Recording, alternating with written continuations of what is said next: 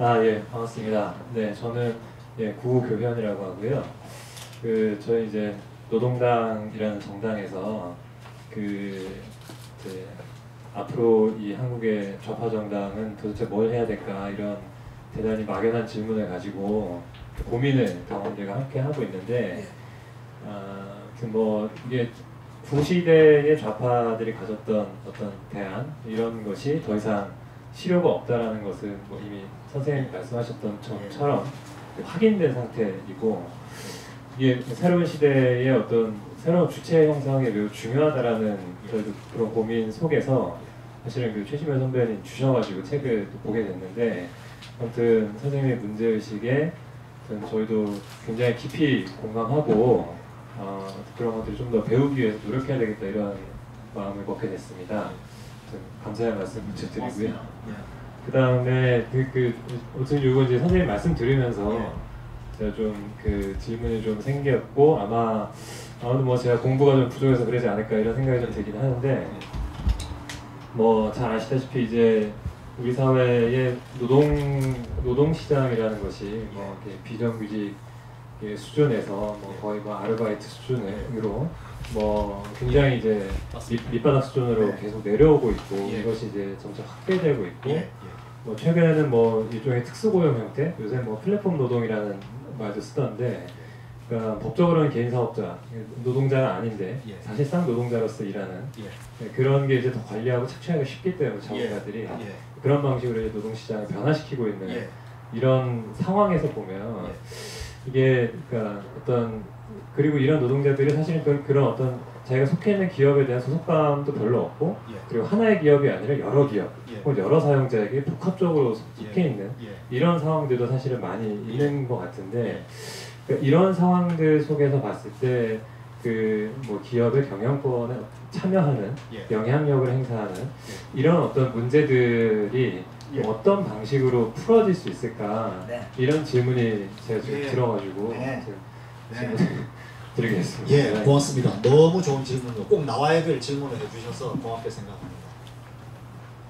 이건 요즘 이제 저도 새삼스럽게 계속 학생들하고 얘기를 하면서 심각하게 생각하고 있는 주제예요.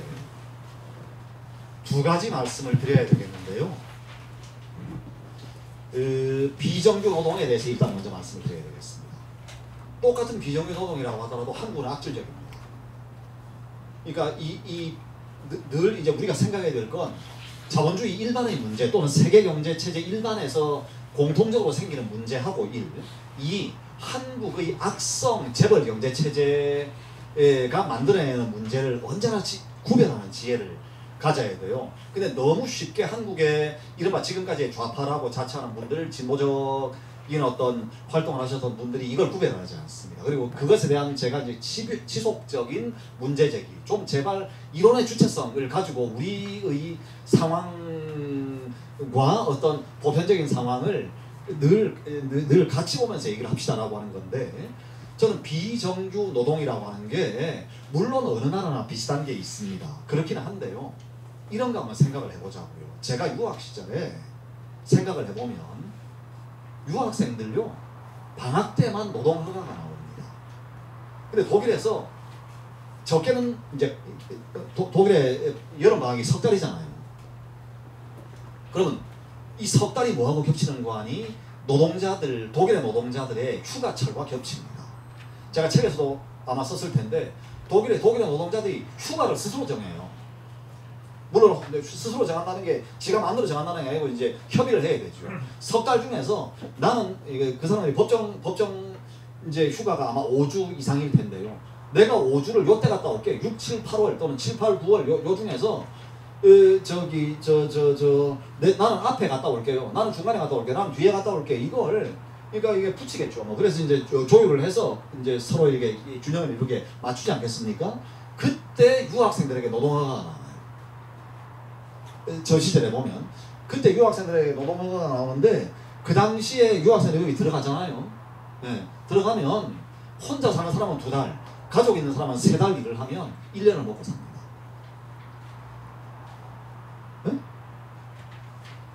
이건 어떻게 해서 가능한 거 아니? 그냥 정규직 노동자보다 시간당 노동에 대한 임금이 더 많기 때문에 가능한 일이에요.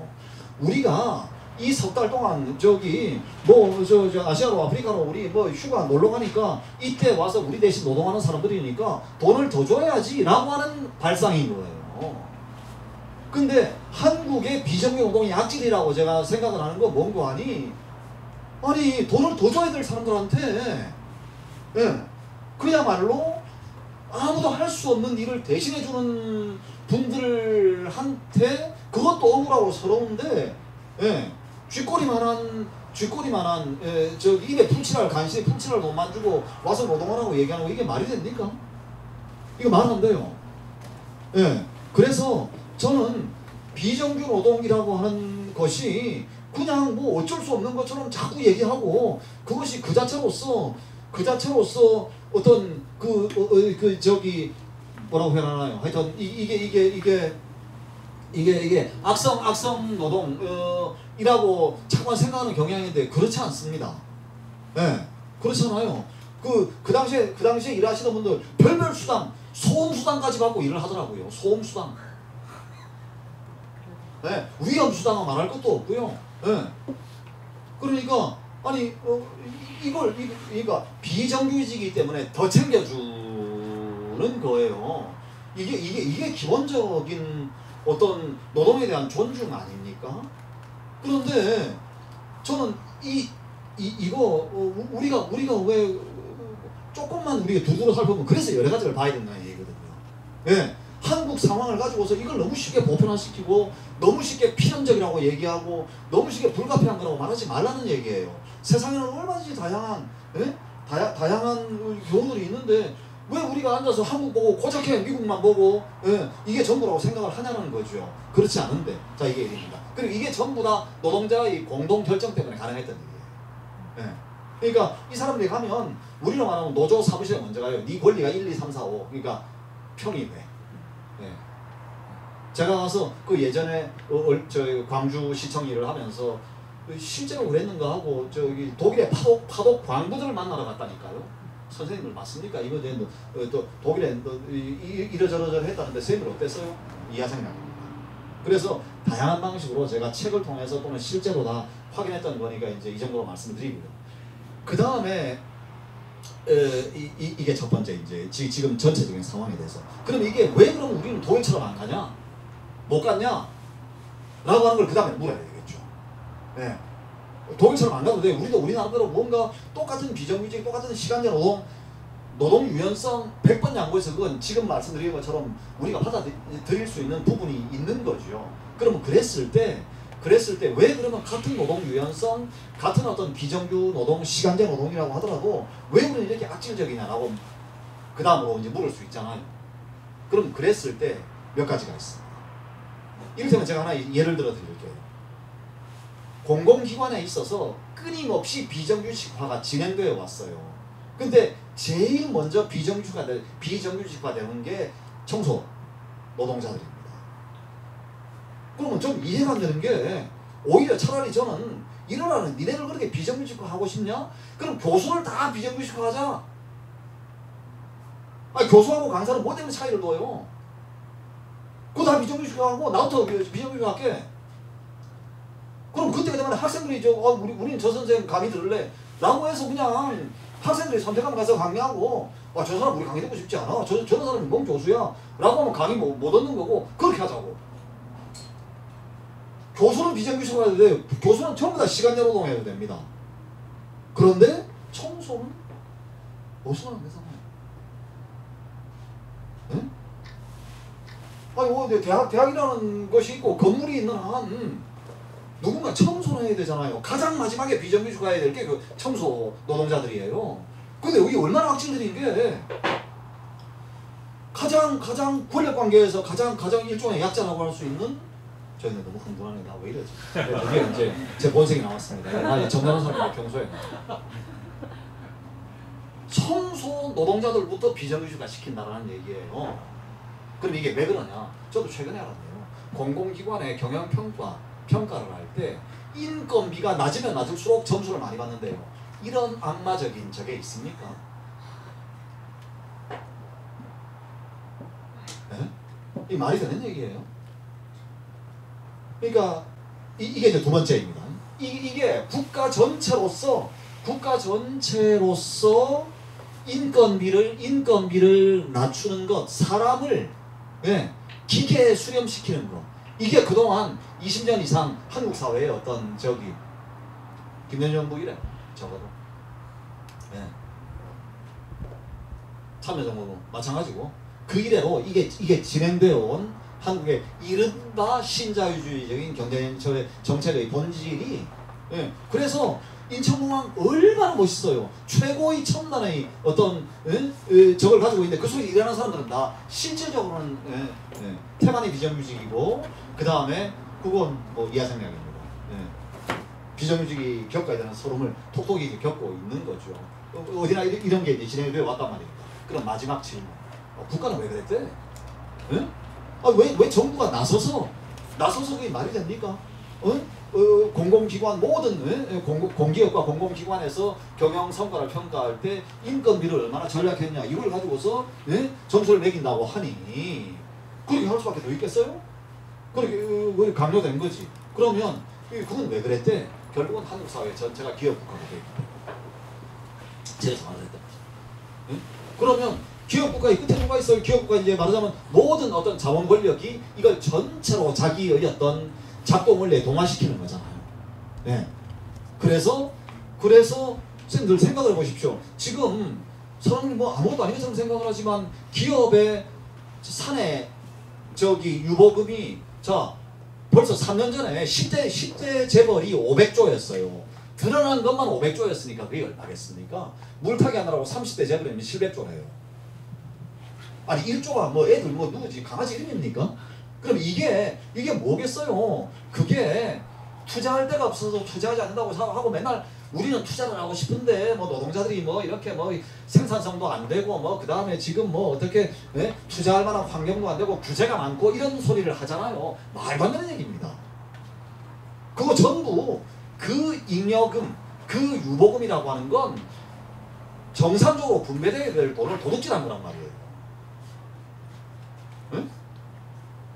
그래서 제 얘기가 아니라 장하성 교수 한국 자본주의 책에 보면 그 문제에 대해서 이 불필요한 과도한 유보금을 가지고 있을 경우는 거기 세금을 내게 된다고 얘기를 하고 예전에는 그나마 그것에 대한 세제가 있었대요. 근데 그거 없어진 거예요 지금은.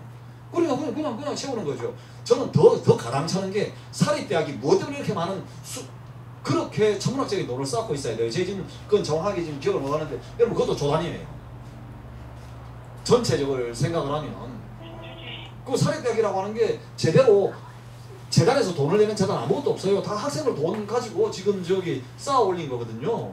그런 모든 것들이 지금 여러분 그런 모든 것들이 하나에서 열까지 결국은 기업 국가가 되었고 그 위에 재벌 가문들이 있고 그 어떤 이해관계에 따라서 한국 사회가 물샐 틈 없이 지금 지배되고 있기 때문에 생긴 일이거든요. 그런 의미에서 지금 우리가 현상적으로 보고 있는 비정규직화의 어떤 이 상황이라고 하는 건 그것의 본질의 끝에 가면 재벌 지배 체제가 있다라고 하는 게 제 얘기입니다. 그리고 이건 저는 여전히 말씀드릴 수 있는 입론이에요. 그래서 제발 현상만 보지 말고 그 근처에 놓여 있는 권력 관계의 끝이 어딘지를 봅시다 라고 하는 거고, 일단 재벌을 타도하고 해체하고 난 다음에 하는 과정에서 그러면 재벌이 5억 얻는 게 말이 됩니까? 라고 전형은 예전에 박정희가 죽으면 당장 뭐 김일성이 제대로 하는 것 아니에요? 이런 식의 어떤 생각을 할 때가 있었단 말입니다. 그럼 지금은 마찬가지죠. 근데 지금 이제 우리가 그런 염려는 안 하죠. 지금 이건희가 저렇게 코마 상태에 들어가 있는지 죽었는지 알 수 없는데 그냥 굴러가잖아요. 이재용 저기 감옥에 있어도 굴러가는 거고 다 그런 건데 결국은 그건 그냥 권력의 문제이거든요. 그것도 찬탈한 권력의 문제인데 이걸 깨고 난 다음에 그럼 어떻게 돼야 되냐라는 걸 우리가 고민하기 시작을 하는 게 이 모든 문제를 해결하기 위한 첫걸음이라는 얘기예요. 그래서 이미 한국 사회 그동안 돈은 너무 많고요. 이거 지금 그렇게 도둑질을 해서 저기 쌓아놓은 돈만 그냥 다 풀어도 우리 그거 뭐지 한 세대는 그냥 별 걱정 없이 지금 다 우리가 꿈꾸고 있는 그런 복지국가를 어느 정도는 다 만들 수 있는 지금 우리가 자본을 가지고 있는데 왜 그렇게 전전긍긍하고 있냐라는 것을 제가 말씀드리는 거고, 그것의 어떤 그 첫 단계로서 복잡하게 말할 것 없이 경제 권력을 인제는 그네들의 어떤 부당한 그 부당하게 그 찬탈해서 움켜쥐고 있는 자본 권력을 인제는 시민에게 또는 노동자 전체에게 되돌려 줘야 된다는 말씀을 드리는 거예요. 그럴 때만 비정규직의 문제, 알바 노동의 문제, 그러니까 알바도 지금 당장 나오는 게